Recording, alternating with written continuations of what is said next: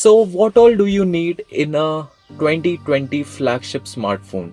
Apart from great camera, great battery capacity, great charging speed, wireless charging, and all the latest tech capabilities, you'll need the fastest processor, a phone with a good build quality, a phone that comes with a high refresh rate like 90 Hz and 120 Hz, which even nowadays 15,000 rupees phones from Realme and other companies are able to provide. Quad HD resolution, because why not? We have been using full HD for so long now. And all of this at a price which you won't regret buying. Well, guess what? Samsung this year has changed their own definition of what a 2020 flagship phone should provide. They have taken out the latest, fastest processor from their latest flagship. The build quality is still plastic. You get a full HD plus resolution screen, and all of this not so trendy latest tech at 77,999 Indian rupees. And mind you, you don't even get 5G. Recently, India starting boycotting China's products, and certain percentage of people are actually against buying the Chinese smartphones. While Samsung is a Korean company, so many people have chosen Samsung as their primary choice. Otherwise, what would have been Redmi or OnePlus or other Chinese brands? So, considering this situation, it was actually a good chance for Samsung to dominate India's market in terms of smartphones, but they have just made a really bad move putting up this phone at 77,999 starting. So the phone is up for pre-order on Amazon. Both the Samsung Galaxy Note 20 and the Note 20 Ultra series. The Note 20 comes at 77,999 rupees and the Note 20 Ultra starts at 1,05,000 rupees. Now there are a lot of similarities between the Note 20 and the Note 20 Ultra, like their S Pen capabilities. But this time I have to say that Samsung has put a lot of faith on their S Pen, because the Samsung Galaxy Note 20 without its S Pen, all the features that it provides, knock security, Samsung Pay, you are getting it in a normal Samsung Galaxy phone that is within 35 and 40k. So are you paying over 30,000 rupees just for S Pen? Even the normal Samsung Galaxy S20, which is almost 10,000 rupees cheaper than the Note 20. It comes with the same Exynos 990 processor because of Samsung's love for Exynos 990 processors. But it does come with Quad HD Plus resolution screen and 120Hz display. The Note 20, mind you, Note 20, not Note 20 Ultra. Note 20 Ultra comes with a 120Hz Quad HD resolution display, but this Note 20 at 77,999, it comes with a full HD plus display at only 60Hz refresh rate. And seriously, what kind of a flagship this is? Okay, leave that. In other countries, the phone comes with the Snapdragon 865 with the 5G capabilities, and this Galaxy Note 20 doesn't even have the 5G capabilities. It's not like Exynos 990 can't have the 5G, because the Note 20 Ultra has the same processor but it's 5G. Now how is that possible if Exynos 990 didn't support it? Now considering India is still in 4G long-term evolution, there is no need of 5G, but still every other company is providing 5G. Even the OnePlus Nord, which is launched at 27,999, it's 5G. And within the next 2 to 3 years, it's highly likely that we will get the 5G in India. So this was definitely a wrong move from Samsung. The Exynos 990, in terms of performance, it's equivalent to Snapdragon 855 Plus, and it's almost 20 to 30% lower in performance from Snapdragon 865. Now I did tell you that the phone has a plastic back. You're right. A 77,999 phone doesn't even have a glass back. Even the Redmi phones, which cost around 12,000 rupees, they have a glass back. And on the front, we have a Corning Gorilla Glass 5. Whereas the Note 20 Ultra has a Corning Gorilla Glass 7. Seriously, all that they're charging you 77,999 is for the S Pen and the Samsung DeX. The phone is full HD plus 60Hz screen. The Note 20 Ultra Quad HD plus and 120Hz screen. So definitely not flagship like features.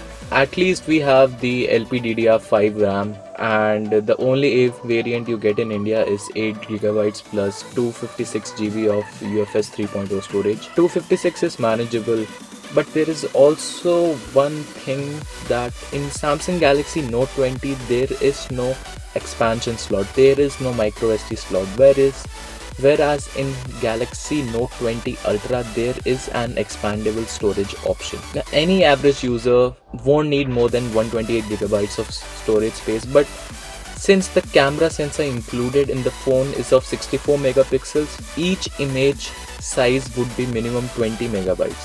This phone does have a good camera, I will hand them that, but almost a year from now, if you're not a person who regulates their phone storage, even 256 gigabytes might become less for you, as just a 1 minute video that you've shot on this phone would be above 500 to 800 megabytes. But surely at the end of the video I will show you all the features that the new S Pen provides, because that's all that you're paying for in this phone, and you should know if you're really considering in buying this phone, then why you should buy it. One can only say that a technology is successful if it's accessible to most of the users. If Samsung boasts about their S Pen so much, then why is it tagged at such a high price? Take Apple for consideration.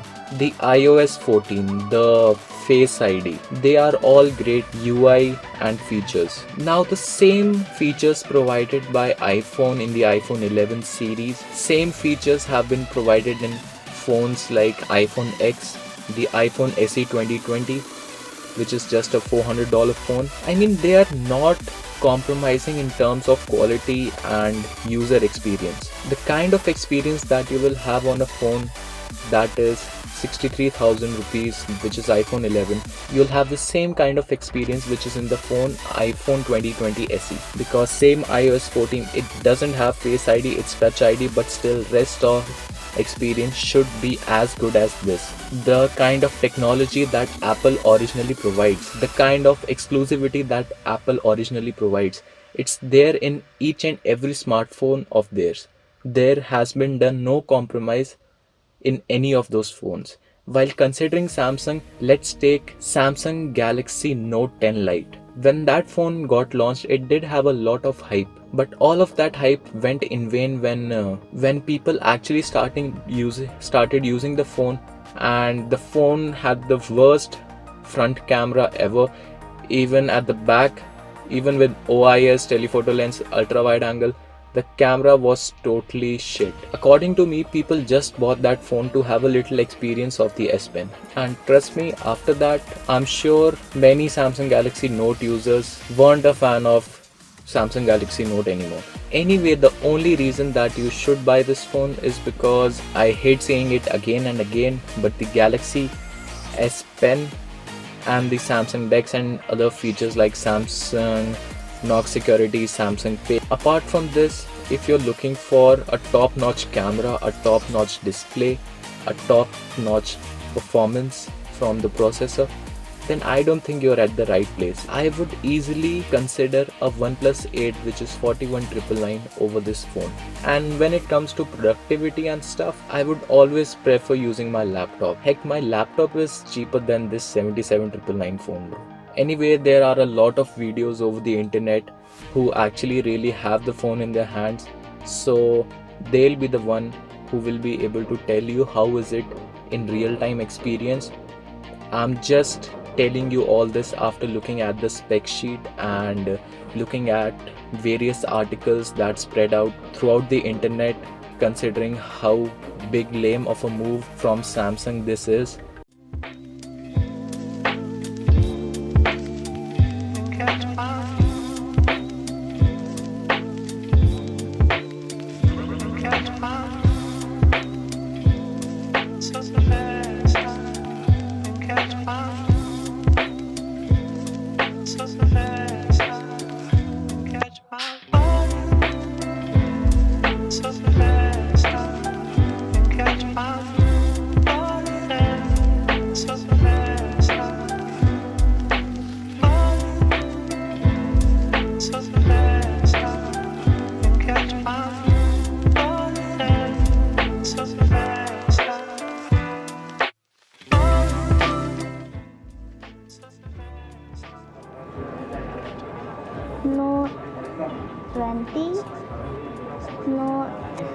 20 Ultra.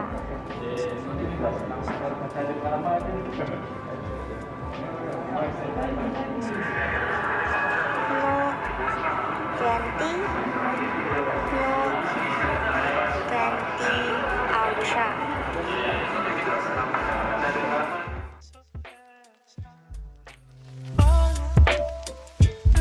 So fast, catch my so fast, so fast,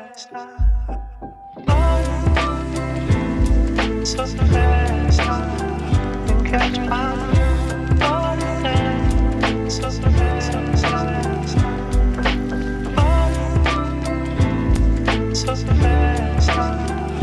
catch my Anyways, thank you so much for watching. This was Doodlivian's smartphone critics. If possible, please surf through rest of my channel. You might find some good stuff there, stuff you didn't even know you had to watch. So thank you so much for watching.